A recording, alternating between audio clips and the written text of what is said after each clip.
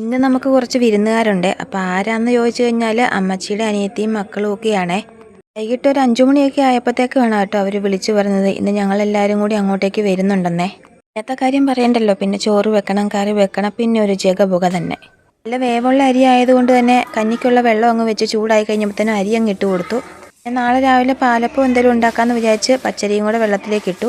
അത് ആയപ്പോഴത്തേനും ചേട്ടാ ഈ സാധനങ്ങളൊക്കെ വാങ്ങിച്ചിട്ട് വന്നിട്ടുണ്ടായിരുന്നു. കഷ്ണം മീനും പോർക്കും ചിക്കനുമാണ് വാങ്ങിച്ചത്. പിന്നെ തൈരും കൂടെ വാങ്ങിച്ചിട്ടുണ്ടായിരുന്നേ. ഞാൻ എൻ്റെ അടുക്കള ജോലികളൊക്കെ പെട്ടെന്ന് തീർക്കുന്നത് ഇങ്ങനെയാണേ. പയറരിഞ്ഞ് ഇന്നലെ ഫ്രിഡ്ജ് വെച്ചിട്ടുണ്ടായിരുന്നു. അതുകൊണ്ട് അത് ഞാൻ ആദ്യമേ തന്നെ കടുകൊക്കെ പൊട്ടിച്ച് അടുപ്പത്തേക്ക് അങ്ങ് വെച്ച് കൊടുത്തു. ഇപ്പുറത്തെ അടുപ്പയിലേക്ക് മോരുകറിക്കുള്ള തേങ്ങയൊക്കെ അരച്ച് അതും കൂടി അങ്ങ് സെറ്റാക്കി എടുത്തു. അപ്പോൾ രണ്ടും ഒരേ സമയത്ത് തന്നെ റെഡിയായി കിട്ടി.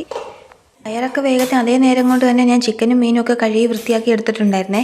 അതിൽ ചിക്കനിലേക്ക് മസാലയൊക്കെ തിരുമ്മി വെച്ച് അത് മാറ്റി വെച്ചു. എന്നിട്ട് ചട്ടിയിലേക്ക് മീനും ആക്കി കുക്കറിലേക്ക് പോർക്കും കൂടെ വെച്ചു. അപ്പോൾ അത് രണ്ടും അവിടെ നിന്നാകുന്ന നേരം കൊണ്ട് ചിക്കൻ എയർ ഫ്രൈ ചെയ്യാൻ വേണ്ടിയിട്ട് വെച്ചു. വേകുന്ന സമയം കൊണ്ട് ഞാൻ രാവിലെ ഉണ്ടാക്കിയ പുട്ടും പഴം ഇരിപ്പുന്നുണ്ടായിരുന്നു. അത് ഞാൻ അങ്ങ് കഴിച്ചു. അവർ വരുന്നതിന് മുമ്പ് തന്നെ കറികളൊക്കെ റെഡി ആയിട്ടുണ്ടായിരുന്നു. ചോറ് വെന്തിട്ടുണ്ടായിരുന്നേ. അങ്ങനെ ചോറും കൂടി അങ്ങ് ഊറ്റിയിട്ടേ. ഇവർ വരുമ്പോഴത്തേനും ഏകദേശം 9 മണി കഴിഞ്ഞിട്ടുണ്ടായിരുന്നു. ചോറ് വാർത്തിട്ടിട്ട് ഞാനും കൂടി അങ്ങോട്ടേക്ക് പോയേ. അപ്പോൾ അവർ കയറി വരുന്നേ ഉണ്ടായിരുന്നുള്ളൂ.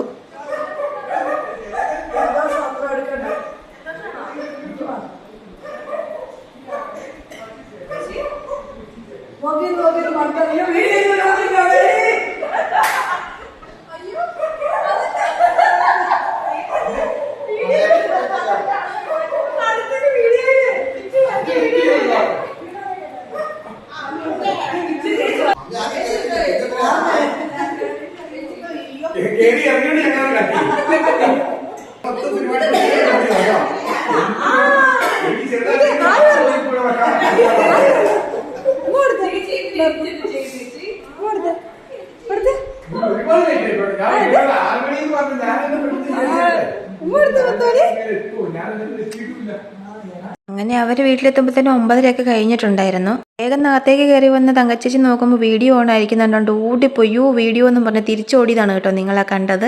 ഞാൻ ഇറങ്ങിപ്പോയത് വീഡിയോയിൽ കാണൂലെന്ന് ചോദിച്ചപ്പോൾ ഞാൻ പറഞ്ഞു തീർച്ചയായും കാണും. ഇറങ്ങിപ്പോയത് കൊണ്ട് ഉറപ്പായിട്ടും ഞാൻ ആ വീഡിയോ കട്ട് ചെയ്യാതെ ഇടുമെന്ന് ഞാൻ പറഞ്ഞിട്ടുണ്ടായിരുന്നു. അങ്ങനെ ചേട്ടായി ഏതാ കുഞ്ഞാവേനൊക്കെ എടുത്ത് കൊഞ്ചിച്ചുകൊണ്ടിരിക്കുന്നുണ്ട്. പിന്നെ എല്ലാവരും കൂടെ കഴിക്കാൻ വേണ്ടിയിരുന്നു. റിച്ചും ചേച്ചിമാരെയൊക്കെ കണ്ടുകൊണ്ട് നാണക്കേടാണ്. അതുകൊണ്ട് അവിടെ ഇരുന്ന് കഴിക്കുന്നില്ല, ഞങ്ങൾ അപ്പുറത്തിരുന്ന് കഴിച്ചോളാം എന്ന് പറഞ്ഞുകൊണ്ട് അവർക്കുള്ള കറിയും ചോറുമാണ് ഞാൻ അങ്ങോട്ട് എടുത്തുകൊണ്ട് കൊടുക്കുന്നത്. ഇവരെന്തിനാ ചിരിക്കുന്നതെന്നറിയാവോ? ഞാൻ നേരത്തെ പുട്ടും പഴവും കഴിച്ചെന്ന് പറഞ്ഞതുകൊണ്ട് ചെറുതായിട്ട് എന്നെ ഒന്ന് കളിയാക്കിയതാണ് കേട്ടോ.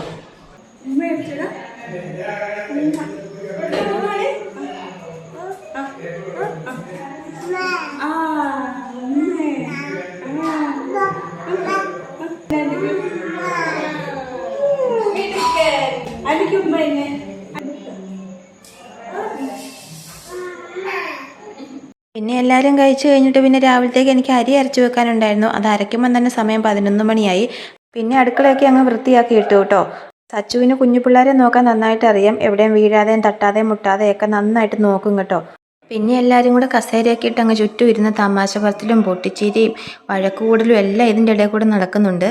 ഒരു സന്തോഷം എന്ന് പറഞ്ഞാൽ അത് നമുക്ക് എപ്പോഴൊന്നും കിട്ടുന്നതല്ലല്ലോ. വർഷത്തിലോ 1 വർഷം കൂടുമ്പോഴോ 2 വർഷം കൂടുമ്പോഴൊക്കെ ആയിരിക്കും എല്ലാവരും കൂടി ഒന്ന് ഒരുമിച്ച് കൂടുന്നത്. ആ സമയത്തായിരിക്കും നമ്മൾ ഇതുപോലെ ഇരുന്ന് സംസാരിക്കുകയൊക്കെ ചെയ്യുന്നത്. അങ്ങനെ സംസാരിച്ച് സമയം പോയത് പറഞ്ഞില്ല. അതിൻ്റെ ഇടയ്ക്ക് ഞാൻ പൈനാപ്പിളൊക്കെ മുറിച്ചുകൊണ്ട് കൊടുത്തിട്ടുണ്ടായിരുന്നു അവർക്ക് കഴിക്കാൻ വേണ്ടിയിട്ട്. അങ്ങനെ അതും കഴിച്ച് സമയം 12 മണിയായപ്പോഴാണ് എല്ലാവരും സംഘമൊക്കെ പിരിഞ്ഞ് കിടക്കാൻ വേണ്ടി പോയത്. അങ്ങനെ എല്ലാവർക്കും ഗുഡ് നൈറ്റൊക്കെ പറഞ്ഞ് ഞങ്ങളങ്ങ് കിടന്നു കേട്ടോ. ഇനി അവിടെ സംസാരിച്ചുകൊണ്ടിരുന്ന പ്രശ്നങ്ങൾ തീരില്ല എന്ന് മനസ്സിലാക്കിയ ഞങ്ങളെ സംഘം അങ്ങ് പിരിച്ചു വിട്ടു.